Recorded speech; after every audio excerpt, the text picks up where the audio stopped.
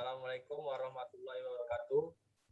Kami dari kelompok 9 mendapatkan modul 10 yang berjudul penerapan TIK untuk mitigasi risiko pertanian. Nama dari anggota kelompok kami yang pertama, saya sendiri Saihul Iksan Nasution, NIM 2018-022-0094. Selanjutnya,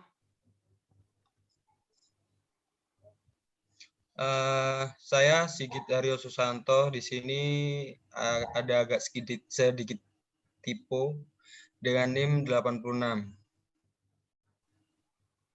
Saya Hendro Andrianto dengan NIM 84. Saya Wahyu Nugrandanu, NIM 142.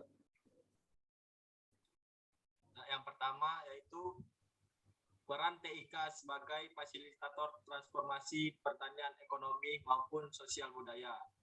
Ya, TIK berperan sebagai enabler dalam transformasi sosial budaya di berbagai aspek kehidupan masyarakat, sekaligus merupakan sektor pendorong utama pertumbuhan ekonomi masyarakat.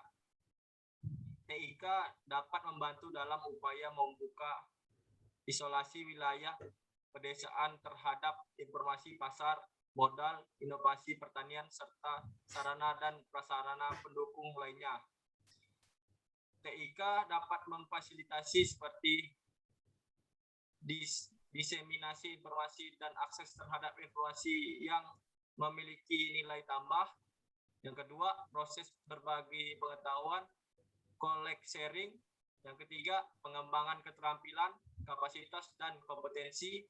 Yang keempat, pengembangan jaringan communication network. Dan yang terakhir, pembangunan ekonomi pertanian dan pedesaan. Ya, selanjutnya. Di sini ada manfaat TIK bagi petani. TIK telah mengurangi biaya pengumpulan, pemrosesan, dan penyebaran informasi yang membantu petani mengurangi risiko. Layanan informasi menggunakan telepon genggam dan radio dapat mengarahkan peringatan dini dengan peringatan dini. Langkah-langkah dapat diambil untuk membatasi potensi kerugian. TIK membantu petani memerangi dan menciptakan kesadaran tentang hama dan penyakit pertanian. Hal ini jika dikelola dengan baik akan meningkatkan produksi pertanian, meningkatkan pendapatan petani, dan selanjutnya mengurangi kemiskinan di kalangan petani pedesaan. Next.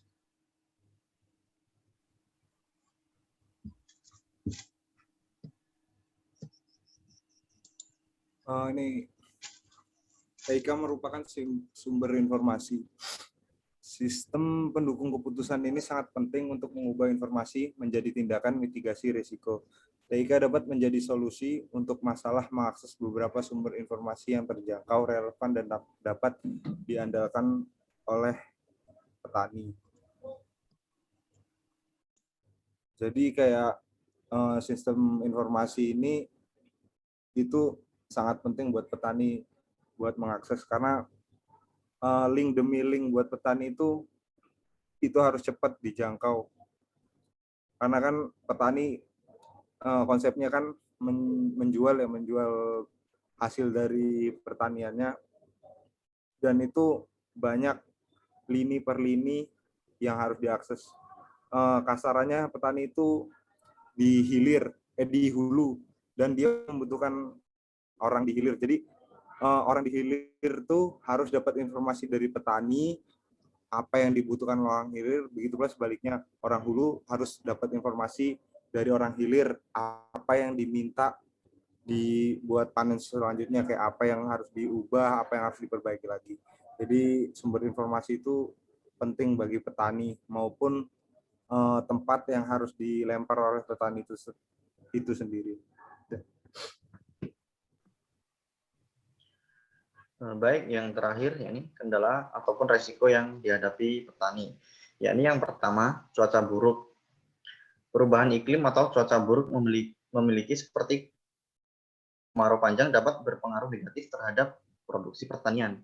Berkurangnya intensitas hujan merupakan faktor penyebab utama penurunan hasil panen. Kemudian yang kedua ini pergerakan pasar. Dampak besar yang ditimbulkan dari pergerakan pasar ini bagi petani, yakni menimbulkan sebuah risiko yang tentu saja tidak bisa dihindari, seperti harga yang tidak stabil akan mengakibatkan masalah seperti pendapatan yang kurang memuaskan ataupun keuntungan yang sangat kecil. Kemudian yang ketiga, wabah, hama, dan penyakit bagi petani. Tingkat serangan hama pada pertanaman dapat menyebabkan penurunan produksi yang sangat signifikan dan bahkan menyebabkan gagal panen. Risiko serangan hama ini dapat dihadapi dengan pemanfaatan TIK. Petani dapat mengambil informasi untuk menanggulanginya, yakni masalah-masalah yang timbul dan merusak mereka, seperti informasi pembasmi hama misalnya, ataupun juga pencegahan dini dari penyakit tanaman. Sekian, terima kasih. Apabila ada kesalahan, saya mohon maaf. Kami akhiri. Wassalamualaikum warahmatullahi wabarakatuh.